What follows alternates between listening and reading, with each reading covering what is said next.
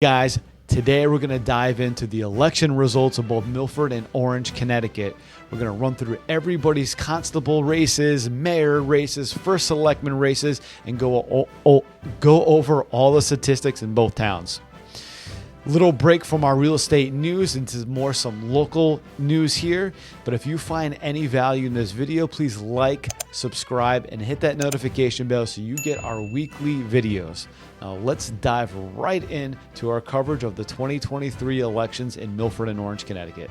In the race for first selectman, longtime Republican candidate James M. Zioli triumphed with a significant 61.93% of the votes, defeating Democrat Mark Mulher, who secured 38.07%. This result indicates a strong performance for Zioli's platform among the Orange voters, which has been going on over a decade now. The contest for selectmen was particularly competitive. The Republicans secured 3 spots with John J. Carlangelo, Ralph Oakenquist, and Judy Wright Williams leading the board. From the Democrat side, Mitchell Goldblatt garnered the most votes. This election demonstrates a diverse representation in local governance at the top of the ticket. Other significant victories include Republican Mary Shaw for town clerk and Thomas Hurley for tax collector, both winning 100% of the votes. So these unanimous wins reflect a strong backing for both these candidates, obviously with 100% on their respective roles. Pretty impressive on their part. For the Board of Finance, Republicans James Leahy and Kevin Holland led the polls alongside Democrat Jen Alfaro and Anna Mahone. For the Board of Education, the Republican candidates made a strong showing with William Crut, Anthony Scaranzi, and Ken Zinman gaining significant voter support for their positions. Sorry if I'm butchering these names. I'm trying my best here, guys. As for the Town Planning and Zoning Commission, that commission saw a mix of Democrat and Republican victories. For the 2023 term, Republicans Tom Tereni and Judy Smith led the votes, while for the 2024 term, Democrat Paul Kaplan won with a commanding, you guessed it, 100% of the vote.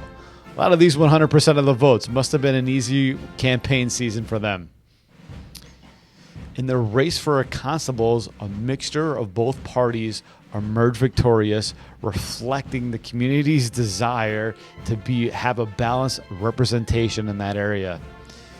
The Amity Regional Board of Education elections were equally competitive, with Republican Kathy Bradley and Michael McDonough and Democrats Paul Davis and Jennifer Jacquet winning seats. This year's local elections in Milford and Orange have been a showcase of democracy in action, with the mixture of incumbents and new faces set to take on key roles in both of our communities. We will be closely watching how these elected officials work to shape the future of both of our beloved towns.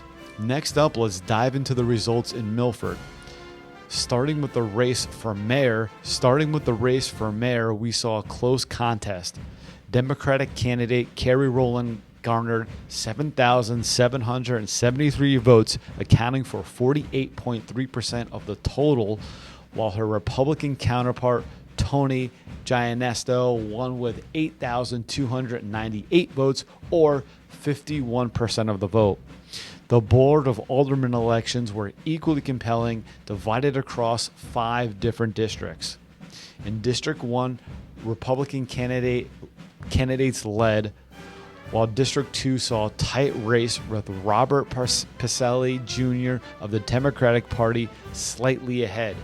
Districts 3 and 4 and 5 presented mixed results, demonstrating the diverse political landscape Milford has to offer. For City Clerk, Democrat Karen Fontanelli won with 54% of the votes against Republican John Fowler. The race for constables was a mixed bag, with both parties gaining significant votes. Now, moving over to the Board of Education, the contest across all 5 districts reflect the community's focus on education. The results were varied, showing a very balanced representation of both parties throughout all 5 districts. In the planning and zoning races, the outcomes in each district were remarkably close. In the end, it's not just about who won or lost, it's about the collective voice of the residents of Milford and Orange, striving for a better future for all of us. We want to congratulate all of the winners from this past election, and we hope to see significant progress to both communities in both Orange and Milford.